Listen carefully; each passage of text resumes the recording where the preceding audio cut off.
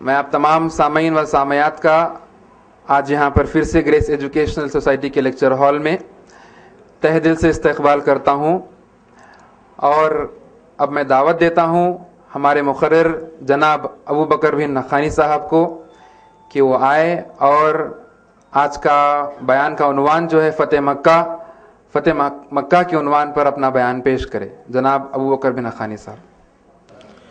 ان الحمد للہ نحمده ونستعینه ونستغفره ونعوذ باللہ من شرور انفسنا ومن سیئات اعمالنا من يهد الله فلا مضل له ومن يضلل فلا هادي له نشهد ان لا اله الا الله وحده لا شريك له واشهد ان محمدا عبده ورسوله اما بعد فان خير حديث كتاب الله وخير هدي محمد صلی اللہ علیہ وسلم وشر الامور محدثاتها وكل محدث بدعة وكل بدعة ضلالة وكل ضلالة في النار فاعوذ بالله من الشیطان الرجیم بسم اللہ الرحمن الرحیم وقل جاء الحق وزهق الباطل ان الباطل كان زهوقا قال اللہ تعالیٰ في القرآن المجید الفرقان الحمید محمد رسول اللہ قال اللہ تعالیٰ في القرآن المجید الفرقان الحمید اقیم الصلاة وآتوا الزکاة اطیعوا الرسول لعلکم ترحمون قال رسول اللہ صلی اللہ علیہ وسلم الدین یسر۔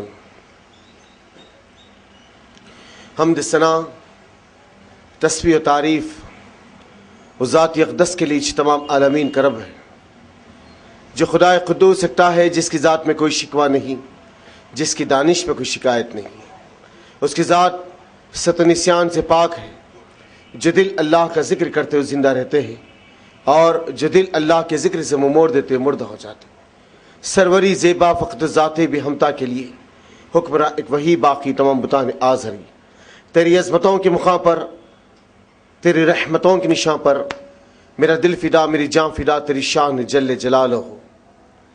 پناہ دے مجھ کو تیرے سوا پناہ نہیں، پناہ دے مجھ کو تیرے سوا پناہ نہیں، تیری رحمت سے بڑھ کر میرے گناہ نہیں۔ درود السلام محبت وہی کتاب اور حکمت کے مالک پر، وامنہ کی للنا عبداللہ کے لال، شفیع الامم و صاحب الجد الکرم سید محمد مصطفیٰ احمد مصطفیٰ صلی اللہ علیہ وسلم پر، درود اس پر جس کا تذکرہ عین العبادت ہے، درود اس پر جس کی زندگی رحمت ہی رحمت ہے، سلام اس پر جس کی سنگ پاروں نے گواہی دی، سلام اس پر جس کی چاند تاروں نے گواہی دی کہ جو تو نے محمد سے وفات ہم تیرے ہیں، یہ جہاں چیز ہے کیا لوح قلم تیرے ہیں۔ آپ کا نام میرے لیے عنوان حیات ہے، آپ کا ذکر عبادت کے سوا کچھ نہیں۔ عزیزان ملت، نوجوان ساتھیوں، پس پردہ سننے والی اس ملت کی غیر ماں اور بہن ہوں، یہ اللہ کا کرم ہے کہ میں اور آپ آج پھر سے ایک مرتبہ سیرت نبی صلی اللہ علیہ وسلم کا یہ جو مسلسل ایک باب قریب 2.5 سال سے چل رہا ہے، آج آپ اس کو سماعت فرمانے کے لیے آئے ہیں۔ اسی لائبریری اور اسی لیکچر ہال کے اندر جو گریس ایجوکیشن سوسائٹی کے زیر اہتمام چلائی جاتی ہے، پھر اسی کوارڈینیٹر اور وہی ہمارے ذمہ دار اور وہی سامعین کے درمیان میں پھر سے ایک مرتبہ میرے اور آپ کے آقا محمد رسول اللہ صلی اللہ علیہ وسلم کی زندگی کا یہ باب جو مدنی ہے، میں اور آپ یہاں سماعت فرمانے کے لیے جمع ہوں۔ میرے دو ساتھیوں پر لگ بھگ قریب 8 ہجری ختم ہے۔ اب اس کا وہ حصہ جو آپ نے گزشتہ موقع پر آپ نے جنگ موتا کو سماعت فرمایا تھا کہ اب اللہ کے رسول صلی اللہ علیہ وسلم مدینے میں ہے، جلوہ افروز اپنی زندگی کے بہترین ایام نبی کریم صلی اللہ علیہ وسلم کے سامنے ہے کہ جوق در جوق ایک کے بعد ایک قبیلہ اللہ کے رسول صلی اللہ علیہ وسلم کے سامنے آتا اور حلقہ بائے راغوش میں نبی کریم صلی اللہ علیہ وسلم کے آتا اور اپنے تمام توانائی قوت کے ساتھ اسلام کو قبول کر لیتا۔ یہ منظم اور بڑے خوشادہ دن رب کی عظمت کے، اس کی کبریائی کے، اس کی بزرگی کے، اس کی برتگی کے، اس کے بندوں کو اس کے سامنے جھکانے کے چل رہے ہیں۔ اس درمیان میں بنو بکر ایک قبیلہ تھا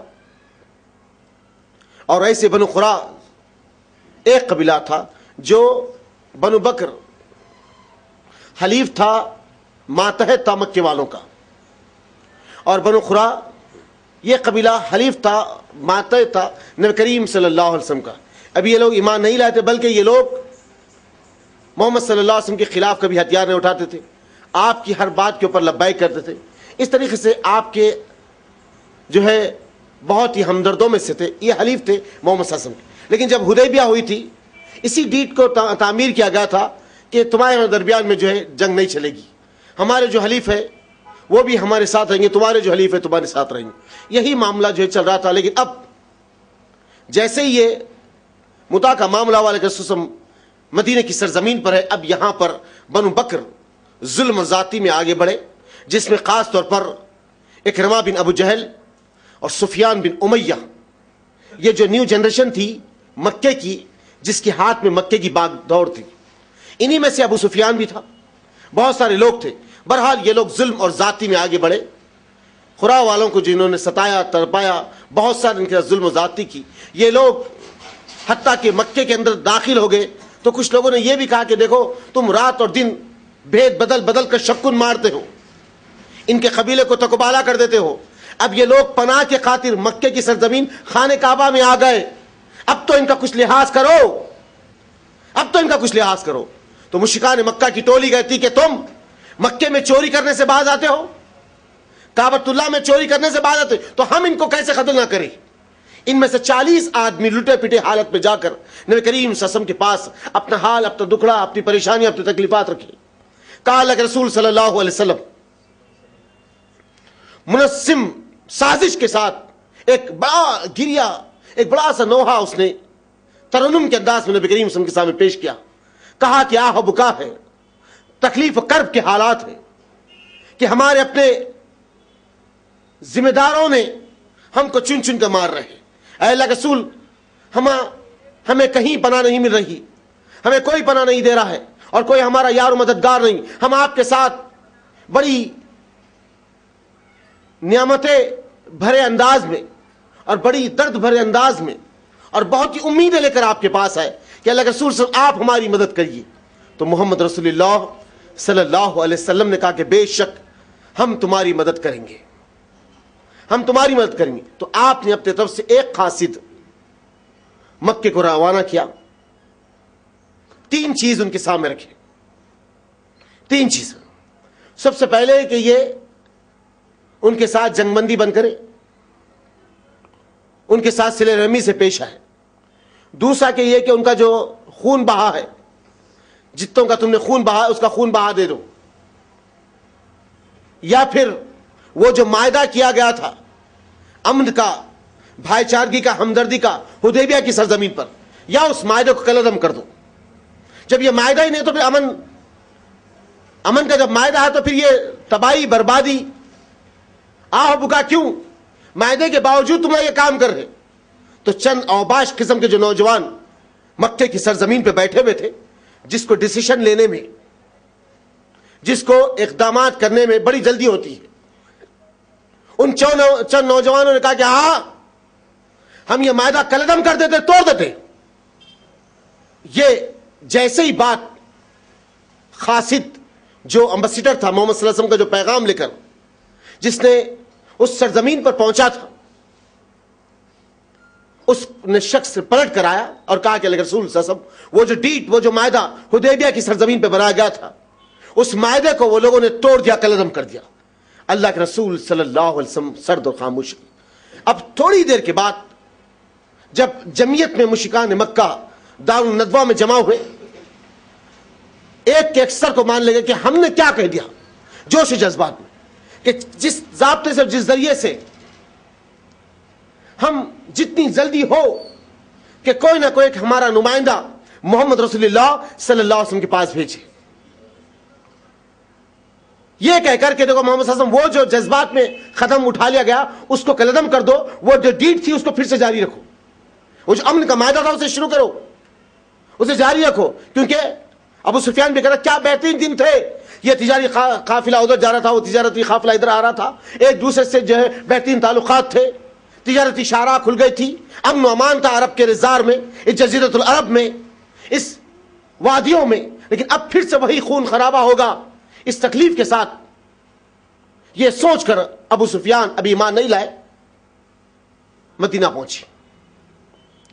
جیسے مدینہ پہنچے، محمد رسول اللہ صلی اللہ علیہ وسلم کے گھر جانے سے پہلے آپ اپنی بیٹی کے مکان پہنچے، جس کا نام تاریخ میں ام حبیبہ ہے۔ اللہ کے رسول صلی اللہ علیہ وسلم کے حجرے میں جیسے پہنچے تو نبی کا بستر جس پہ اللہ کے رسول صلی اللہ علیہ وسلم لیٹا کرتے تھے وہ بچھا ہوا تھا۔ ابو سفیان ہاتھ رکھ کے بیٹھنے گیا، اندر سے ام حبیبہ اما جان آئی اور جلد سے جلد اس بستر کو لپٹی اور رکھ دی۔ باپ بڑی حیرت سے اپنی بچی کو دیکھ کے لگا، کیا میری بیٹی، کیا میں اتنا نجیز ہوں جو تیرے قائم تیرے شوہر کے بستر پہ بیٹھ نہیں سکتا؟ کہا کہ ابا جان بے شک تم اتنا نجیز ہے، یہ میرے رسول کا بستر اس پہ اللہ وحی نازل کرتا ہے۔ میرے دوستو ساتھیوں، نبی کریم صلی اللہ علیہ وسلم کی زندگی کا ہر پہلو رحمتوں سے، نصرتوں سے، برکتوں سے بھرا ہوا ہے۔ بس آنکھ اور دل، دماغ چاہیے اس تمام کیفیات کو سمجھنے کے لیے۔ یہاں جتنے بیٹھے ڈوب کر بیٹھو کہ نبی کی زندگی کو ہم سماعت فرمانے کے لیے بیٹھے، پھر اس کی زندگی کا لطف آپ سمجھیں گے۔ فہم منہج سلف صالحین کا جو اصل اٹوٹ راستہ ہے اسی زندگی سے ہوتے جاتا ہے۔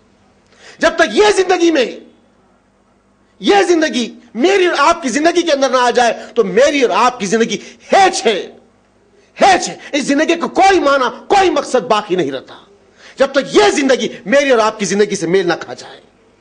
میرے عزیز اور دوست ساتھیوں، دنیا کے تمام مذاہب آئے اور ٹکرائے اور ہمیشہ ہمیشہ کے لیے ختم ہو گئے، لیکن باقی رہ گئی اللہ کی ذات، اس کے رسول کا لایا ہوا دین۔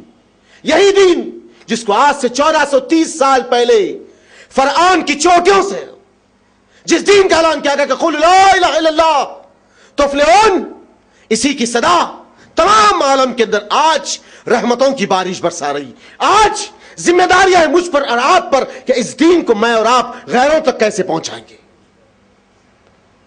میرے دوست ساتھی، اب نہ آسمانوں سے کسی کتاب کا نزول ہونے والا ہے، نہ کوئی نئے نبی آنے والے ہیں، نہ وہ جماعت جو نبی کریم صلی اللہ علیہ وسلم کو ملی تھی، نہ ویسی جماعت پھر میرے آپ کے درمیان میں آنے والی۔ جو کچھ بھی ہے میرے اور آپ کے کھانوں پہ اس دین کی ذمہ داری ہے کہ میں اور آپ اس دین کو کس قدر سے، کس انداز سے اس دین کو غیروں تک پہنچا سکیں گے۔ وہ جو اسپرٹ ہے، وہ جو جستجو ہے، وہ جو جنون ہے، وہ جو تاثیر ہے، وہ جو تڑپ ہے جو صحابہ میں تھی، وہ جنون، وہ تڑپ مجھ میں اور آپ پہ پیدا ہونا ہے۔ اسی لیے اس سیرت کے بیانات کو آپ کے سامنے رکھا جا رہا ہے۔ میرے عزیز اور دوست ساتھیوں، ابو سفیان اپنی بچی سے بات کر کر محمد صلی اللہ علیہ وسلم کے پاس پہنچے۔ اللہ کے رسول مسجد نبوی کے اندر ہے۔ کہا یا محمد صلی اللہ علیہ وسلم،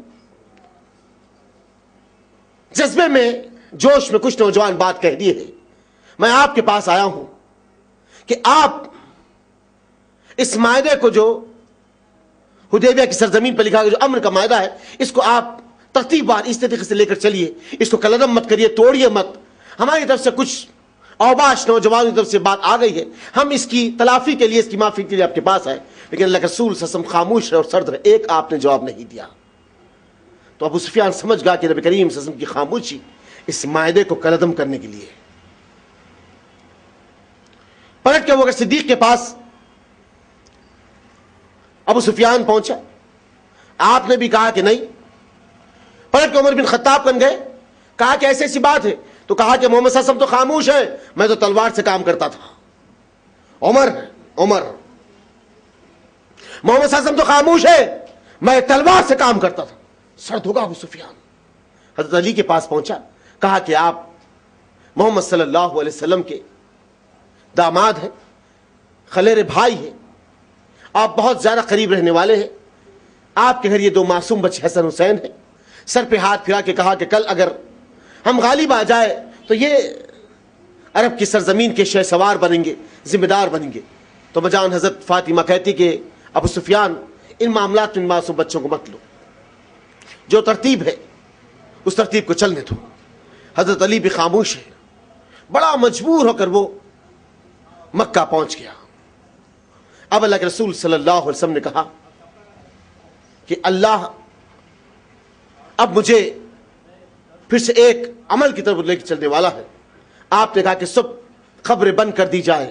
اللہ سے دعا کی کہ میرے مالک خاموش اور ایک بڑے سکون کے ساتھ کہ میں مکے پہ شکون ماروں اور ان کی راتوں کی نیند اوجل ہو جائے. اے اللہ جتنے قبریں اس تمام قبروں کو بند کر دے میرے مالک. جتنے میسیجز جتنے پیغام پہنچانے والے جتنے قاصد ہیں, جس کی زبان سے کہیں کوئی بات لیک نہ ہو جائے, اے اللہ میرے مالک تیرے رسول کو اچانک پہنچا.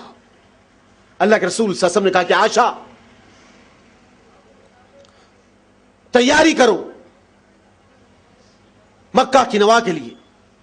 اب قریب قریب 17 رمضان کی تاریخ, کیونکہ رمضان اپنے آپ میں بڑا انقلاب رکھتا ہے دوست ساتھیوں. یہ وہ مہینہ ہے رمضان جس میں اللہ آسمانوں سے نبی کو نبوت سے سرفراز کیا اور آخری کتاب کو نازل کیا. یہ وہ مہینہ ہے رمضان جس کو اللہ نے اپنی رحمتوں اور برکتوں سے اس امت پر رحمت بنا. مہینہ جس میں اللہ حق اور باطل کے درمیان میں ایک معرکہ دیا جس کو یوم الفرقان جنگ بدر کے نام سے دنیا یاد کرتی ہے. اور یہ وہی مہینہ ہے رمضان جس کی 20 تاریخ فتح مکہ کی ایک عظیم تاریخ رکھتی ہے. عزیز اور دوست ساتھیوں, 17 رمضان ایک روایت میں 10 رمضان نبی کریم صلی اللہ علیہ وسلم لگ بھگ 10,000 صحابہ اکرام کا لشکر لے کر آپ نکلے اس سرزمین پہ جانے کے لیے جو اللہ کا گھر ہے, بیت اللہ, اور اطراف اناف رہنے والے لوگ مشرکان مکہ جو اللہ کے باغی اور غدار ہیں ان کو سبق سکھانے کے لیے 10,000 کا لشکر نبی کریم صلی اللہ علیہ وسلم لیے. اب آپ مر الزران تک پہنچے. مر الزران جو مکے اور مدینے کے درمیان میں مکے کے قریب قریب ایک علاقہ ہے, جفا کی وادی میں نبی کریم صلی اللہ علیہ وسلم ٹھہر گئے. آپ نے وہاں پر ترتیب باندھی. ترتیب یہ باندھی کہ جو نیچے سے ہوتے ہوئے کوئی صفا پہ ملیں گے ان کی ذمہ داری خالد بن ولید کو دی گئی اور عبادہ کو بالائی سطح کی ذمہ داری دی گئی. اس طریقے سے اللہ کے رسول نے میمنہ, میسرہ, رائٹ ونگ, لیفٹ ونگ جو ہے ان سب کو آپ نے تیار کر دیا. اب جفا کی سرزمین مر الزران پہ اللہ کے رسول صلی اللہ علیہ وسلم قائم ہے. 10,000 صحابہ اکرام ہیں. اس درمیان میں حضرت عباس بن عبد المطلب آئے. آپ نے اسلام قبول کیا. عباس بن عبد المطلب کے ساتھ اللہ کے رسول صلی اللہ علیہ وسلم کے چچیرے بھائی اور پھپھیرے بھائی آئے. سفیان بن حارث, عبداللہ بن امیہ, یہ دو نبی کریم صلی اللہ علیہ وسلم کے چچیرے اور پھپھیرے بھائی یہ آئے تو محمد صلی اللہ علیہ وسلم نے ان کے چہرے کو دیکھ کر اپنا چہرہ پھیر لیا. آپ ان کے چہرے کو دیکھ کر اپنا چہرہ پھیر لیے اور غصے سے آپ نے ان سے بات نہیں کی, کیونکہ یہ وہ لوگ تھے جب اللہ کے رسول صلی اللہ علیہ وسلم مکے میں دین کی بات لوگوں کے سامنے رکھتے تو یہ لوگ نبی کے دین کا مذاق اڑاتے تھے. ان کے اپنے خرابت دار تھے. کون؟ یہ دو آدمی, سفیان بن حارث, عبداللہ بن امیہ. اب جب نبی کریم صلی اللہ علیہ وسلم اپنے خیمے میں پہنچ گئے تو حضرت علی کے پاس پہنچے. کہا کہ اب ہم محمد صلی اللہ علیہ وسلم کو کیسے منوائے, کیسے ان کے سامنے جائے. تو حضرت علی نے کہا کہ خیمے کے پاس چلے جاؤ, جب صبح اللہ کے رسول آ جائے تو یہ کہنا کہ یوسف کے بھائیوں کو جیسے یوسف نے معافی دے دی تھی آپ بھی اپنے بھائیوں کو معافی دے دیجیے. اللہ اکبر. یہ الفاظ نبی کے سامنے کہہ دینا. تو بہرحال یہ دونوں پہنچے, چچیرے پھپھیرے بھائی, اللہ کے رسول کے سامنے پہنچے. کیا یوسف نے اپنے بھائیوں کو معافی نہیں دی تھی؟ کہ آپ اپنے بھائیوں کو معافی نہیں دیں گے؟ یہ سننا تھا. محمد صلی اللہ علیہ وسلم نے کہا کہ میں تمہیں معاف کر دیا. تو یہ دونوں بھائی نے کہا کہ علی تمہارا جو فارمولا تھا وہ تو کارگر ہو گیا. تو کہا کہ نہیں, میرا کوئی فارمولا کارگر نہیں ہوا. مجھ کو نبی کی صحبت میں یہ عمل سکھا دیا کہ نبی کا غصہ اور آپ کی رحمت کب نازل ہوتی ہے. سبحان اللہ. میرے دوست ساتھیوں، یہ وہ صحابہ کرام ہیں نبی کی ہر شام و سحر کو اپنے دل اپنی نگاہوں میں بٹھا لیے تھے۔ اب کہا کہ میرے چچا اگر آپ ہمارے ساتھ مدینہ چلنا چاہتے ہو تو مدینہ چلے، یا آپ مکہ جانا چاہتے ہو تو مکہ جا سکتے ہیں۔ کہا کہ میرے بچے میں اپنا دل لتا کر کہ میں مکہ پہنچوں، تو محمد صلی اللہ علیہ وسلم کا دل لتا کیا، اس کو حضرت عباس لے کر نکلے۔ راستے میں ابو سفیان سے ملاقات ہوئی۔ ابو سفیان نے جیسے ہی دیکھا عباس کو، عباس بن عبد المطلب کو جو ابو سفیان کے بچپن کے دوست بھی تھے، کہا کہ کدھر؟ کہا کہ ابھی میرا بھتیجا یہیں پر ہے۔ کہا کہ مجھے بھی خبر لگی ہے، تو کہا کہ چلو تم میری امان میں ہے، میرے ساتھ چلو میرے بھتیجے کے پاس، یہی وقت ہے اپنے آپ کو اللہ اس کے رسول کے حوالے کر دو۔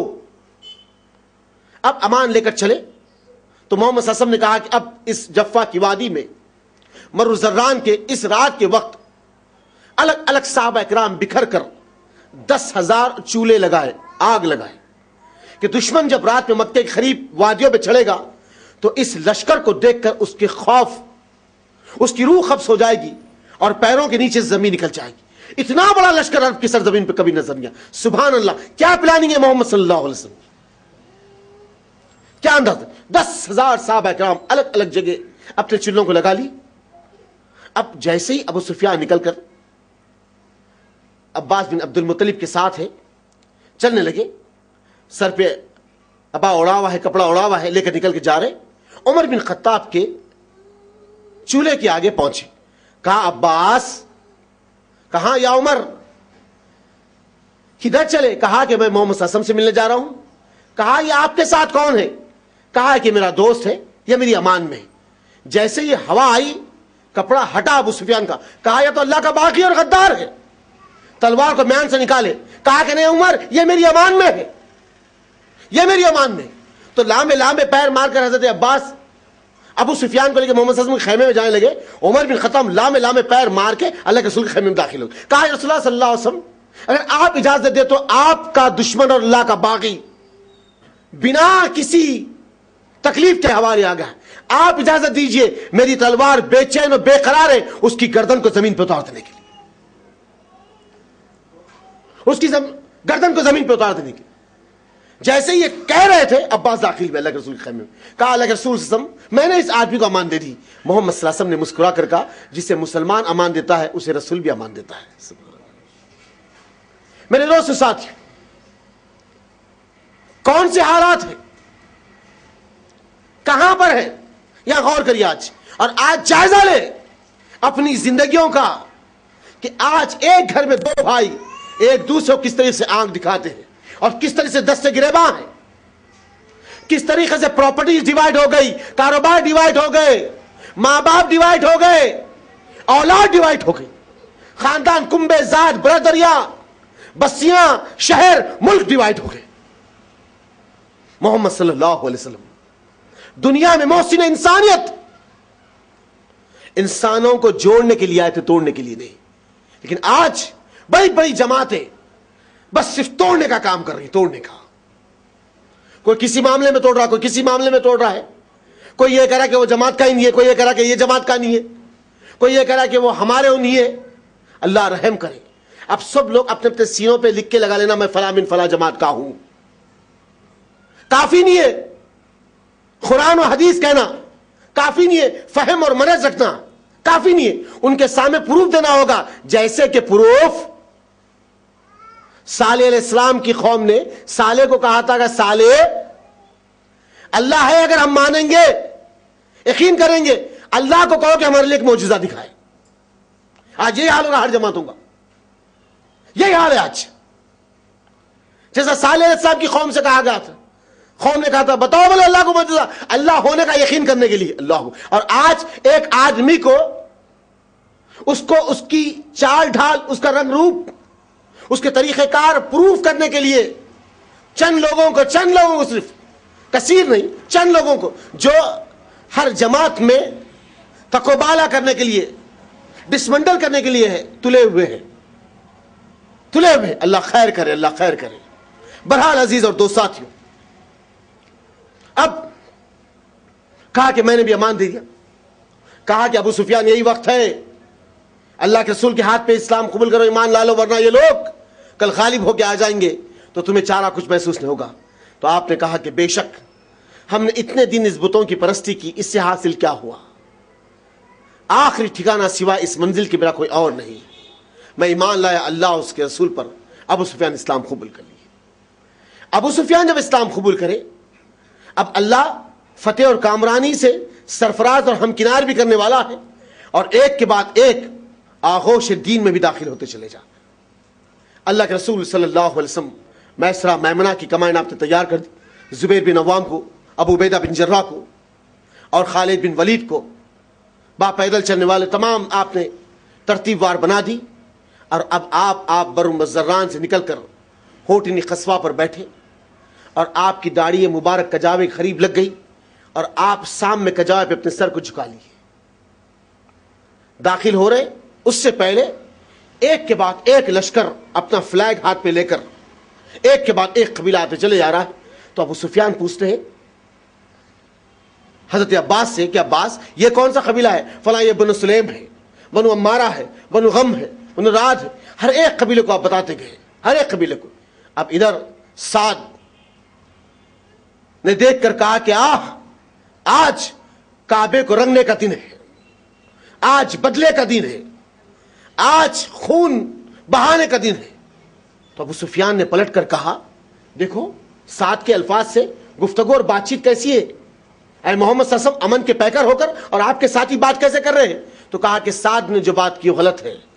کہا سعد کے ہاتھ سے پرچم کو لے لو. اللہ اکبر. سعد کے اگر ہاتھ میں پرچم ہوگا تو یہ جذبات کہیں الگ رنگ نہ دکھا دے. محمد صلی اللہ علیہ وسلم نے فرمایا کہ سعد کے ہاتھ سے پرچم لے لو, اور یہ پرچم کسی اور کے ہاتھ میں نہیں, آپ نے فرمایا سعد کے بیٹے قیس کے ہاتھ میں دے دو. اللہ اکبر. پرچم لے لیا گیا سعد کے ہاتھ سے. جذبات برقرار ہے, چھین کر کسی اور کو نہیں بلکہ آپ کی اولاد کو دیا گیا اس غصے کو ٹھنڈا کرنے کے لیے. سبحان اللہ, کیا ترتیب ہے محمد صلی اللہ علیہ وسلم کی. ہے کوئی ایسا کرنل کمانڈر دنیا کے تمام نقشوں پہ جو اتنی بڑی فوج کو لے کر امن کی بات کر رہا ہے؟ اللہ اکبر. میرے دوستو, لوگ جب دشمنی میں آتے ہیں نا, کسی ملک کو ریکور کرنے کے لیے, کسی اس حصے کو ریکیپچر کرنے کے لیے, تو آج تک تاریخ بیان کر دی. جو کوئی آدمی آیا تباہی اور بربادی ایسی مچایا کہ نسلیں ختم ہو گئی, نسلیں ختم ہوئی. آج وہی تو ہے نا, فلسطین سے لے کر افغانستان تک, افغانستان سے لے کر شام, لبنان, مصر, یہ کیا معاملے ہیں پورے؟ صرف ایک ہی بنیاد پر نا کہ ہم کلمہ پڑھنے والے ہیں, نعرہ دے رہے ہیں کہ دین بہت بہترین مذہب ہے, اسلام بہت اچھا ہے, ہم اسلام کے خلاف نہیں ہے, دہشت گردی کے خلاف ہے. نہیں دوستو, یہی نعرہ تھا مشرکان مکہ کا بھی, یہی نعرہ تھا. ہم مدینے والوں کے خلاف نہیں ہے, وہ جو محمد صلی اللہ علیہ وسلم ہے نا, وہ جو نیا دین لے کر آئے, یہ لوگ اسلام کے خلاف ہے, بس نعرہ یہ دے رہے کہ ہم دہشت گردی کے خلاف ہیں. انشاءاللہ ہم رہے نہ رہے, لیکن ہماری اولاد دیکھے گی تمام عالم میں محمد رسول اللہ صلی اللہ علیہ وسلم کی حکومت کا سکہ چلے گا, اور اللہ کی زمین پہ اللہ کا قانون نافذ ہوگا انشاءاللہ. میرے دوستو ساتھیو, اللہ کے رسول صلی اللہ علیہ وسلم آپ کجاوے پہ بیٹھ گئے, کہا کہ آج کعبے کو غسل دینے کا دن ہے, غلاف کو بدلانے کا دن ہے, آج رحم کا دن ہے. لوگوں, جو ابو سفیان کے مکان میں چلے جائے محمد صلی اللہ علیہ وسلم اسے امان دیتا ہے. لوگوں, جو ام ہانی کے مکان میں چلے جائے ابو سفیان اسے امان دیتا ہے. جو حکیم بن حزام کے مکان میں چلے جائے محمد اسے امان دیتا ہے. جو اپنے اس علاقے سے نکل کر چلے جائے محمد صلی اللہ علیہ وسلم اسے امان دیتے ہیں. جو کوئی اپنے گھر میں رہ جائے محمد صلی اللہ علیہ وسلم اسے امان دیتے ہیں. آپ نے یہ اعلان کر دیا, اور آپ کا کجاوا اونٹ کا اوپر اٹھا ہوا ہے, آپ اپنے چہرے کو جھکا لیے. ابو سفیان نکل کر اپنے مکان پہنچا, لوگوں سے کہنے لگا دیکھو لوگوں, محمد صلی اللہ علیہ وسلم نے مجھے وہ مرتبہ عطا کیا ہے, جو کوئی اگر میرے مکان میں آ جائے تو اسے امان ہے, اس سے کوئی حساب کتاب نہیں لیا جائے گا. جس بے دردی کے ساتھ جس تکلیف کے ساتھ ہم نے ان کے اور ان کے ساتھیوں کو اور ان کو جس تباہی اور بربادی کے ساتھ اس بستی اس علاقے سے نکال دیا تھا, اس جگہ سے نکال دیا تھا, آج وہ ہمیں امان دے رہے, وہ ہمیں امان دے رہے. آؤ کوئی. ہندا نے اس انداز کو سنا, لامے لامے پیر مارتے باہر آئی, ابو سفیان کے مچھ اور داڑھی کو پکڑی اور زمین پر پٹک دی. کہا ابو سفیان, آج تو محمد صلی اللہ علیہ وسلم کے دین کی تائید کر رہا ہے. کہا ہے ظالم عورت, تیری وجہ سے یہ تمام چیزیں ہو رہی. مرد کی جب اس انداز کو سمجھی تو خاموش ہو گئی, خاموش ہو گئی اور سرد ہو گئی. اندر چلے دونوں میاں بیوی. اس کے بعد اللہ کے رسول صلی اللہ علیہ وسلم کعبۃ اللہ کی سرزمین میں داخل ہو رہے. آپ کا چہرہ جھکا ہوا ہے تو ساتھ ابو بکر بن خوف بن تیم, عمر بن خطاب, طلحہ بن عبید اللہ, زبیر بن عوام, سعید بن زید, عبد الرحمن بن عوف, بڑے بڑے صحابہ اکرام ایک کے بعد ایک نبی کے ساتھ. تو دیکھ کر صحابہ کہتے اللہ کے رسول, ہم تو فاتح ہیں, کامیابی ہمارے قدم چوم لی, اور آپ اپنے کجاوے پہ سر کو جھکا کے چل رہے. کہاں, جب میں اس دن اس مکہ سے نکل رہا تھا تو کچھ لوگوں کے سینے تنے ہوئے تھے اور سر فخر سے اٹھے ہوئے تھے. کچھ لوگوں کے سینے تنے ہوئے تھے اور سر فخر سے اٹھے ہوئے تھے. اگر آج میں اپنے چہرے کو اٹھا کر چلوں تو ان کے چہرے شرمندگی سے نیچے ہو جائیں گے. ان کی شرمندگی سے پہلے میں اپنے چہرے کو نیچے جھکا کے چل رہا ہوں. اللہ اکبر. میرے دوستوں ساتھیوں, دنیا میں کوئی ایک مثال ایسی بتا دیجیے کہ کوئی ایسا آقا ملا ہے زمین پر, کوئی ایسا انسانیت کا دوست ملا ہے, ایسا کوئی انسان محسن انسانیت ملا ہے جس کو اپنے دشمن کی شرمندگی کا خیال ہے. یا تو آج بھائی بھائی کے گلے کاٹ رہا ہے جی, بھائی بھائی کے گلے کاٹ رہا ہے نا, چند کاغذ کے ٹکڑوں کے خاطر, چند اینٹ اور گاڑے کی دیواریں زمین کی خاطر. لیکن جانیے میرے اور آپ کے آقا کی زندگی دشمنوں کی شرمندگی کا خیال ہے. دشمنوں کی کیا ہے محسن انسانیت, کیا ذات ہے رحمت العالمین کی. داخل ہوئے اللہ کے رسول صلی اللہ علیہ وسلم. ادھر خالد بن ولید, نیچے سے آپ لشکر کو پلٹاتے ہوئے چند اوباش قسم کے کچھ لوگ ٹکرائے, آپ نے سب کو صاف کیا. آپ نکل کر کوئے صفا پر پہنچے. ادھر مسجد فتح پر دوسرے اور صحابی پہنچے. آپ کے ساتھ آپ کے 2 ازواج ہیں محمد صلی اللہ علیہ وسلم کے, وہ وہاں پر خیمہ زن ہو گئے. یہاں پر خالد بن ولید. چاروں طرف سے کعبۃ اللہ میں نبی کریم صلی اللہ علیہ وسلم ایک سمت ہے, داخل ہو رہے صحابہ, اور چند صحابہ اکرام کو اللہ کے رسول صلی اللہ علیہ وسلم کعبے کے اطراف و اناف سے جو ہے نیچے سے اوپر سے گھیرتے ہوئے لا کے اپنے سب کو گرفتار کر لیا. اللہ کے رسول صلی اللہ علیہ وسلم خانے کعبہ میں آئے. سب سے پہلے آپ سنگ اسود کو بوسا دیا. آپ کی خصبہ اونٹی پر آپ بیٹھے ہوئے ہیں, آپ طواف کے بھی احرام کی حالت میں نہیں. اس وقت نبی کریم صلی اللہ علیہ وسلم کے قلب اطہر پہ اللہ آیت نازل کیا, وَقُلْ جَاءَ الْحَقُّ وَزَاقَ الْبَاطِلُ إِنَّ الْبَاطِلَ كَانَ زَهُوقًا, کہ اب حق آ گیا اور باطل مٹ گیا, اور باطل مٹنے کے لیے ہی بنا ہے. اللہ کے رسول کے ہاتھ میں تلوار یا لکڑی تھی. آپ یہ آیت پڑھتے چلے جا رہے تھے اور بتوں کو گراتے چلے گئے. آپ یہ آیت پڑھتے گئے اور بتوں کو گراتے چلے گئے. اس کے بعد جب آپ کعبۃ اللہ کے دروازے کے سامنے آئے تو آپ نے اونٹ کے کجائے پہ کھڑے رہ کے خسوا کے آپ نے ایک طرف سے حسامہ بن زید کو بلائے اور دوسری طرف سے بلال کو بلائے. کہا کہ عثمان بن طلحہ کو بلاؤ. عثمان بن طلحہ کب کباتے سامنے آئے. کہا عثمان, کعبے کے دروازے کی چابی تیرے ہاتھ میں ہے, کھول دے. ہاتھ کب کپا رہے عثمان بن طلحہ کے. تو کہا ہے محمد صلی اللہ علیہ وسلم, آپ تو فتح اور کامرانی آپ کے ہاتھ لگی, یہ چابی لیجیے اور کھول دیجیے. تو محمد صلی اللہ علیہ وسلم نے مسکرا کر کہا, عثمان, اس کعبے کے تالے کو تیرے ہاتھوں سے کھلنے کی عادت ہے. اللہ, کیا معیار ہے نبی کی زندگی کا جی. آپ نے یہ نہیں کہا کہ میں غالب ہو کر چھین لو اس ظالم کے ہاتھ میں سے چابی اور گردن کو اڑا دو, یہ نہیں کہا. جس کا جو معیار ہے برقرار رکھا. سبحان اللہ, اس معیار کے بدلے اللہ اس کی کفر کی دنیا کو رحمتوں میں بدل کے رکھ دیا جی. اللہ کی قسم, اگر آج یہ انداز اگر مسلمان اپنا لیں گے تو یہ ملک رحمتوں کی بارش میں آ جائے گا انشاءاللہ. میرے دوستوں غور کریں، نبی کریم صلی اللہ علیہ وسلم نے کیا کہا؟ عثمان، اس کعبے کے دروازے کو، اس قفل کو تیرے ہاتھوں سے کھلنے کی عادت ہے۔ کب کپاتے ہاتھ عثمان بن طلحہ کے کعبۃ اللہ کے قفل میں پہنچے، جیسے ہی کعبے کا قفل کھولا، اللہ دل کے قفل کو کھول دیا، چابی کو وہیں پٹکا اور نبی کے ہاتھ پر ہاتھ رکھ کر کہا اشہد ان لا الہ الا اللہ واشہد ان محمد رسول اللہ۔ ایک ہی معاملے میں اللہ نے دل کی دنیا کو بدل کے رکھ دیا۔ اب اللہ کے رسول ایک سب حسامہ بن زید اور حضرت بلال کے کھانے پہ ہاتھ رکھ کے آپ کعبۃ اللہ کے اندر داخل ہوئے، کعبے کے اندر، چھیتم کعبۃ اللہ کے اندر، کوئی اور چیز نہیں۔ آپ کعبۃ اللہ کے اندر داخل ہوئے، سیدھے جانب آپ بڑھ کر 3 ہاتھ آگے ہٹے، اس کے بعد آپ نے وہاں پہ 2 رکعت نماز ادا کی کعبۃ اللہ کے اندر، پورے 4 دیواری کے اندر آپ نے 2 رکعت نماز ادا کی۔ اس کے بعد آپ اسماعیل علیہ السلام کی تصویر اور حضرت ابراہیم علیہ السلام کی تصویر لگی تھی، جس کے ہاتھوں میں تیر تھی، یعنی فال کے جو تیر نکالے جاتے، کہا کہ ظالموں نے انہیں کیا بنا ڈالا، جبکہ ایسے نہیں تھے، آپ نے اس سے کہہ کر اسے پھاڑ دیا تصویر کو۔ اس کے بعد 2 کبوتر کی جوڑی لکڑی کی بنی ہوئی اندر رکھی ہوئی تھی، بڑے انداز سے کچھ لوگوں نے بنایا تھا، وہ جوڑی کو آپ نے باہر نکالا اور اس کو پٹک پٹک کے توڑ کر اسے باہر پھینک ڈالا۔ اس کے بعد کعبۃ اللہ کے اندرونی حصے کو آپ نے اپنے ہاتھوں سے صاف کیا۔ اب یہ دونوں کے ساتھ آپ دروازہ کھول کر کعبے کے سامنے دروازے کے اوپر کھڑے رہ گئے۔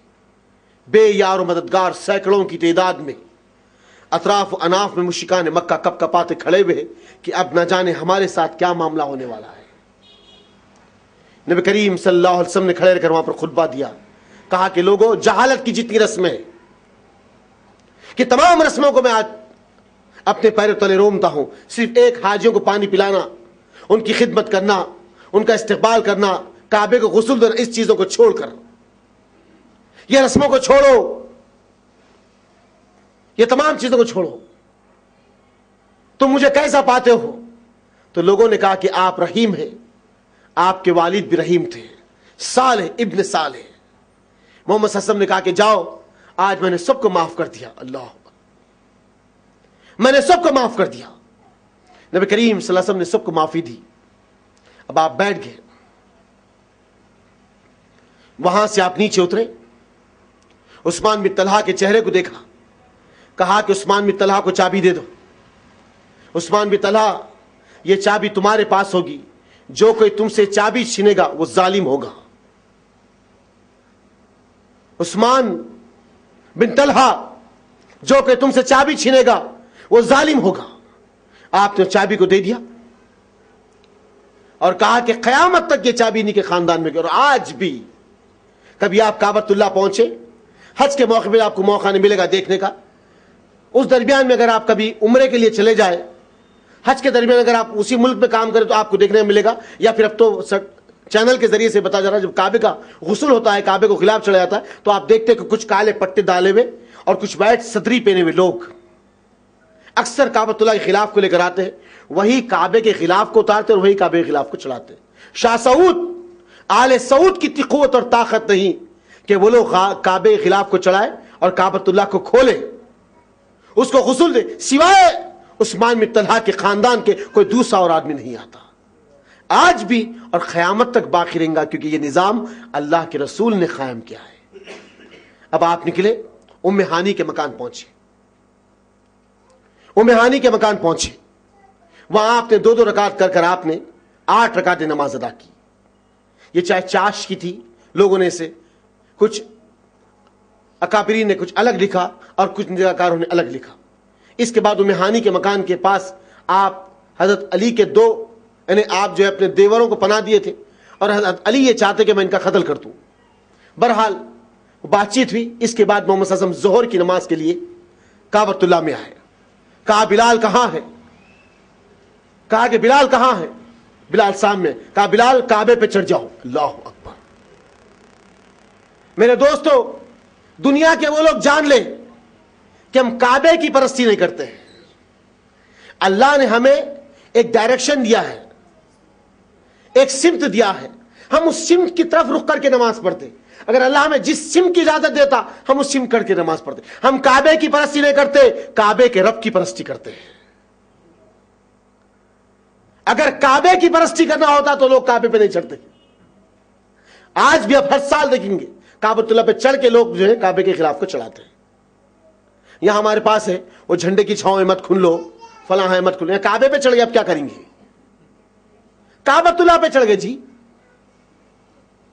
بہرحال کہا کہ کعبے پہ چڑھو، کہا کہ بلال اذان ہو. کعبۃ اللہ پہ چڑھے اور اذان دلائی آپ نے. پھر آپ نے ظہر کی نماز ادا کی، بیٹھ گئے. بیٹھنے کے بعد ایک کے بعد ایک لوگ جو ہے دائرہ اسلام میں آنا شروع کر، ایک کے بعد ایک. تو ایک عورت چادر اوڑی بھی عمر بن خطاب نے کہا سے اللہ کے رسول نے کہا کہ عمر تم کچھ لوگوں کے ہاتھ پہ ہاتھ لگاؤ، کچھ لوگ تمہارے ہاتھ میں مبشر اسلام ہو، کوئی لوگ تمہارے ہاتھ پہ اسلام قبول کرے، کوئی لوگ میرے ہاتھ پہ، کیونکہ لوگ زیادہ ہیں. تو ایک عورت اپنی چادر کوڑی لامے لامے پیر مار کے آئی اور عمر بن خطاب کے ہاتھ پہ ہاتھ مار کے کہا اے چرواہے کی اولاد ہٹ بازو.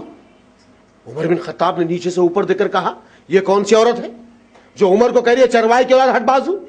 کہا کہ کون ہے؟ کہا کہ میں محمد سے بات کرنا چاہ رہی ہوں. محمد صلی اللہ علیہ وسلم نے کہا کہ عمر بھی ہے؟ کہا کہ نہیں، آپ اسلام قبول کراتے، آپ کے ہاتھ پہ اسلام قبول کرنا چاہتی ہوں. کہا کہ قریب آؤ، ایمان لا لو. ایمان لانے کے بعد کچھ کاموں کی پابندی کرنا پڑے گا. کہا کہ کیا ہے؟ کہا کہ اپنے شوہر کے خلاف نہیں جانا، اس کے مال میں خیانت نہیں کرنا. تو کہہ دو پھر وہ مٹھی بھر کے پیسہ دے تو ہم خیانت نہیں کریں گے. اللہ کے رسول پریشان ہے، یہ کون سی عورت ہے اور کیا گفتگو کرنا چاہتی ہے؟ کہو ابو سفیان سے کہ وہ مٹھی بھر کے پیسہ دے. تو محمد صلی اللہ علیہ وسلم سمجھ گئے ابو سفیان کی بیوی ہندا ہے جو اس انداز سے بات کر رہی ہے. کہا کہ اپنے بچوں کو مارنا نہیں. تو کہتی ہم کا مارتے، ہم تو جوان کرتے، تم اسے میدان میں مار دیتے ہو. لو. کہا ایمان لاؤ. ہاں محمد ایمان قبول کراؤ صلی اللہ علیہ وسلم، آپ تو چاہتے ہیں نا. ایمان لا لیے تو کیا محمد صلی اللہ علیہ وسلم، کیا میرا رب مجھ سے راضی ہو گیا؟ اللہ اکبر، اللہ اکبر. کہا کہ ہاں ہندا تم ہو جس نے میرے چچا کا کلیجہ چبا دیا تھا. کہاں کہ کہاں چبائے؟ باہر نکال کے پھینک تو دیا تھا. اب کہو کہ اللہ میرے تمام پچھلے گناہ معاف کر دیا؟ کیا اللہ مجھ سے راضی ہو گیا؟ تو کہتے ہیں ہاں اللہ تم سے راضی ہوگا، پچھلے تمام گناہ معاف کر دیا اور تم نے اسلام لانے کے بعد اللہ تم پر رحمتوں کی بارش کر دیا. لیکن ہندا میری نگاہوں کے سامنے نہ آنا، میری پیٹھ کے پیچھے رہنا. جب میرے سامنے آ جاؤ گی تو مجھ کو میرے چچا کا کلیجہ یاد آ جائے گا. ٹھہرے. وحشی بن حارثہ ہے. کہا اللہ کے رسول صلی اللہ علیہ وسلم میں بھی آپ کے ہاتھ پر اسلام قبول کرنا چاہتا ہوں. اللہ کے رسول نے وحشی کی شکل کو دیکھا. کہا وحشی تم، ہندا نے اشارہ دیا تھا اور تم نے برچی سے میرے چچا کو مارا تھا.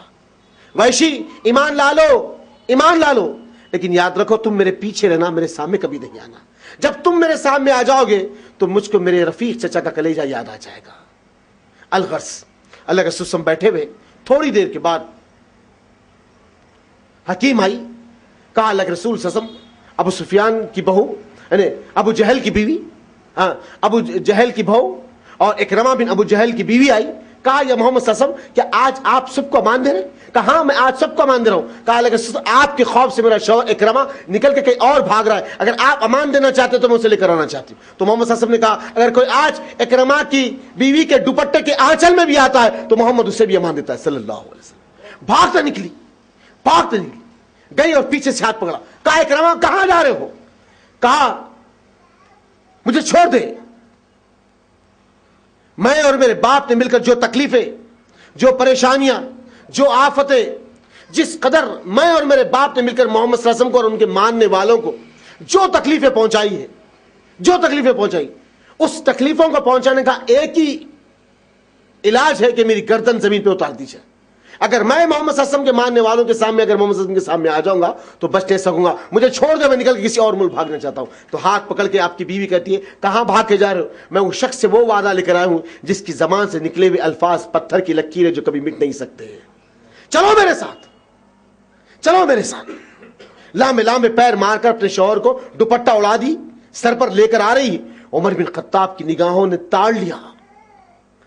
جیسے دیکھے کہ اکرمہ آ رہا ہے دور سے تو غصے سے اٹھے